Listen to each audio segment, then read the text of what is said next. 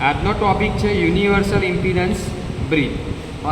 આગળ આપણે જેમ જોયું એમ કે ભાઈ રેઝિસ્ટન્સ માપવા માટે વિસ્ટન બ્રિજ ને એ બધાનો ઉપયોગ કરતા હતા. એ રીતે ઇન્ડક્શન માપવા માટે, કેપેસિટન્સ માપવા માટે, ઇન્ડક્શન માપવા માટે મેક્સવેલ બ્રિજનો ઉપયોગ કરતા હતા. કેપેસિટન્સ માપવા માટે ડિસોટી બ્રિજનો ઉપયોગ કરતા હતા. હવે યુનિવર્સલ ઇમ્પિડન્સ બ્રિજ એવો છે કે જેની મદદથી આપણે રેઝિસ્ટર, ઇન્ડક્ટર અને કેપેસિટન્સ ત્રણ વસ્તુ એક જ જગ્યાએ આપણે માપી શકીએ. તો બેઝિક બ્રિજ સર્કિટનો ઉપયોગ કરવામાં આવે છે. એમાં કઈ છે તો કે એમાં કોઈ ડીસી અને એસી સપ્લાય પર રેઝિસ્ટન્સ માપવા માટે વિસ્ટન બ્રિજનો, એના પછી અજાણ્યા કેપેસિટન્સ જે અનનોન કેપેસિટન્સ છે માપવા માટે શેરિંગ બ્રિજનો, ઓછા ક્યુ ફેક્ટરવાળા ઇન્ડક્શન માપન માટે મેક્સવેલ બ્રિજ. હવે ક્યુ ફેક્ટર એટલે ક્વોલિટી ફેક્ટર કહેવાય. 10થી વધારે ક્યુ ફેક્ટર વાળી કોઇલના ઇન્ડક્શનના માપન માટે હે બ્રિજનો. એટલે આ બધી બ્રિજ સર્કિટનો ઉપયોગ કરવામાં આવે છે. હવે તમે આના કન્સ્ટ્રક્શનમાં તમે જોશો તો કેટલી વસ્તુ આવેલી છે એ બધું અહીં તમને સમજાયેલું છે. તો ડિટેક્ટર છે, તો ડિટેક્ટર તરીકે આપણે ગેલ્વેમીટરનો ઉપયોગ કરીએ છીએ. જે આગળના આપણે મીટરોમાં આપણે જે ગેલ્વેમીટર યુઝ કરતા હતા નલ ડિટેક્ટર તરીકે જીરો લાવવા માટે. પછી આ સોર્સ માટે છે. સોર્સ માટે એટલે આ ઇન્ટરનલ સોર્સ, આ એક્સટર્નલ સોર્સ. તો એના ઉપર તમારે અહીંયા એરો કનેક્ટ કરી દેવાનો. ઇન્ટરનલ હોય તો અહીં લાવી દેવાનું, એક્સટર્નલ હોય તો અહીં કનેક્ટ કરી દેવાનું. બરાબર છે. એ રીતે આ સોર્સ છે, એક્સ્ટ્રા સોર્સની જરૂર પડે તો આમાં. એના પછી છે સેન્સિટિવિટી કંટ્રોલ. એના પછી છે ડાયલ ફોર ક્યુ અને ડી. ક્યુ એટલે જ્યારે ઇન્ડક્ટર હોય ત્યારે ક્યુ પર કરવાનું અને કેપેસિટર હોય ત્યારે ડી ઉપર કરવાનું. એના પછી છે આર એલ સી, એટલે જે તમે માપતા હોય એના ઉપર આ સ્વિચને રાખવાની. આર માપતા હોય તો આર ઉપર, એલ માપતા હોય તો એલ, સી માપતા હોય તો સી ઉપર. એના પછી એની ઉપર છે રેન્જ, એટલે કેટલી રેન્જમાં તમારે એને સિલેક્ટ કરવી છે એ રીતે રેન્જ સિલેક્ટ કરવાની. એના પછી છે એક્સ કમ્પોનન્ટ. આ એક્સ કમ્પોનન્ટ એટલે એ છે કે જેને માપવાનું છે એને આની આ બે જોડે કનેક્ટ કરવાનું. ધારો કે આર માપવાનું તો એની સાથે કનેક્ટ કરવાનું, એલ માપવાનું હોય તો એની સાથે કનેક્ટ કરવાનું, સી હોય તો એની સાથે કનેક્ટ કરવાનું. એના પછી કંટ્રોલ છે, ફાઇન કંટ્રોલ અને કોર્સે કંટ્રોલ. એટલે આ એક પ્રકારની સ્વિચ જેવું આવે જેને આપણે ફેરવવાથી રીડિંગ ચેન્જ થાય. બરાબર, કારણ કે આ આપણે ચેન્જ કરીશું તો જ આપણે અહીં ડિટેક્ટરમાં આપણે અહીંયા બેલેન્સ પોઝિશનમાં આપણે લાવવા માટે આ બેને ફેરવવા પડશે આપણે. બરાબર, તો આટલી મેઇન વસ્તુ છે અહીંયા. તો અહીં બધું જે લખ્યું છે કે ભાઈ ડીસી વર્કિંગ માટે હાઈ સેન્સિટિવિટી ડીસી ગેલ્વેમીટરનો ઉપયોગ ડિટેક્ટર તરીકે કરવામાં આવે છે. જો એસી હોય તો ડીસી ગેલ્વેમીટરનો ઉપયોગ કરવામાં આવે છે. અને જો એસી હોય તો રેક્ટિફાયર કરેલ સિગ્નલ ડીસી ગેલ્વેમીટર આપીને ડિટેક્શન કરી શકાય છે. કાં તો ઓસિલેટરનો ઉપયોગ કરવામાં આવે છે એના માટે. હવે ઇલેક્ટ્રોનિક ઇન્ડિકેટર, ટ્યુબ અથવા હેડફોનનો પણ ઉપયોગ તમે કરી શકો છો. ડીસી સોર્સ માટે બેટરી, આ ખાસ કે ભાઈ ડીસી સોર્સ માટે બેટરી અને એસી સોર્સ માટે 10 કિલોહર્ટ્ઝની ફ્રીક્વન્સીવાળા ઓસિલેટરનો ઉપયોગ કરવામાં આવે છે.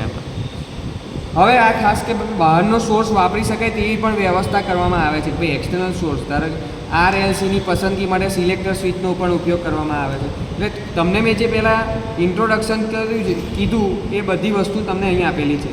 ઇન્ડક્ટર, કેપેસિટર અને રેઝિસ્ટરની વિશાળ રેન્જને આવરી લે તે રીતે રેન્જ સ્વિચનો, આ રેન્જ સ્વિચનો ઉપયોગ કરવામાં આવેલો હોય છે. ડાયલ સાથેના કોર્સ અને ફાઇલને બેલેન્સિંગ આમ જો મેં તમને કીધું એમ કે આ બંનેનો ઉપયોગ બેલેન્સ કરવા માટે ઉપયોગ કરવામાં આવે છે. એ રીતે ક્યુ અને ડીના માપન માટે ઇન્ડિકેશન માટે ડાયલ આપવામાં આવે છે. અને ક્યુ અને ડી, ક્યુ ફોર ઇન્ડક્ટર માટે અને ડી ફોર કેપેસિટર માટે. આ થઈ ગયું તમારું ઇન્ટ્રોડક્શન. હવે વર્કિંગ કઈ રીતે થશે? વર્કિંગમાં ખાસ તમારે સ્ટેપ કે ભાઈ કઈ રીતે તમે એને માપી શકશો એનું સ્ટેપ છે કે ભાઈ યુનિવર્સલ ઇમ્પિડન્સ બ્રિજનો ઉપયોગ કઈ રીતે તમે કરી શકો. તો પહેલું સ્ટેપ છે. તો પહેલું સ્ટેપ શું છે કે ભાઈ જે પણ કમ્પોનન્ટને માપવાનું હોય ને એને એક્સ કમ્પોનન્ટ લખેલ બાઇન્ડિંગ પોસ્ટ સાથે જોડવામાં આવે છે. એટલે મેં તમને કીધું એ કે જે માપવાનું છે એને પહેલાં એક્સ કમ્પોનન્ટ સાથે કનેક્ટ કરી દેવાનું. બરાબર છે.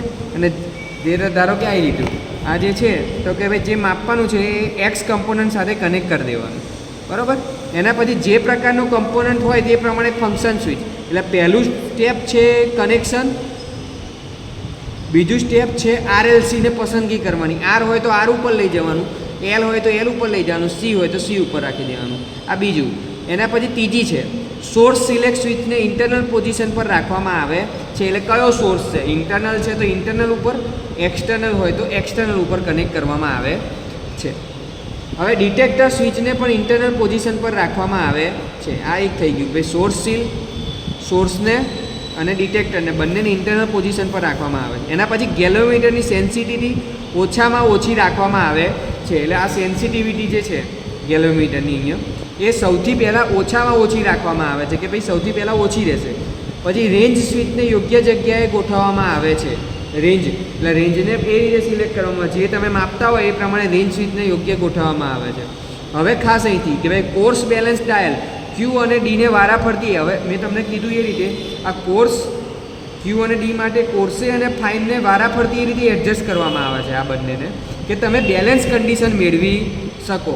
એટલે તમે ડાયલ ક્યુ અને ડીને એ રીતે અહીંયા કોર્સે અને ફાઇને વડે એ રીતે તમારે એડજસ્ટ કરવાનું કે આ જે છે એના ડિટેક્ટર ઉપર બેલેન્સ કન્ડિશન તમને મળે. જેવી બેલેન્સ કન્ડિશન મળે ત્યારે આ બંનેનું જે રીડિંગ હોય આ બંનેનો સરવાળો કરી દેવાનો કયા ઉપર આવેલું છે, બરાબર. આ બંનેનો તમે સરવાળો કરી દેશો તો એને તમને ટોટલ રીડિંગ તમને મળી જશે. એના પરથી તમારે જે કોઈ પણ મીટર વાપર્યું હોય પાછળ એને રેન્જ મલ્ટીપ્લાયર આપેલો હોય, એ મીટરની પાછળ જ લખેલું હોય × 2 × 5 × 10. એટલે તમારે જે પણ રીડિંગ આવ્યું હોય એના વડે × 2 હોય તો 2 વડે ગુણી કાઢવાનું, 3 હોય તો 3, 5 હોય તો 5. એ રીતે તમે અનનોન કિંમત પણ શોધી શકો છો. એટલે યુનિવર્સલ ઇમ્પિડન્સ બ્રિજ એવો બ્રિજ છે જેના વડે તમે R, L અને C ત્રણે ત્રણ એક જ જગ્યાએ તમે માપી શકો છો.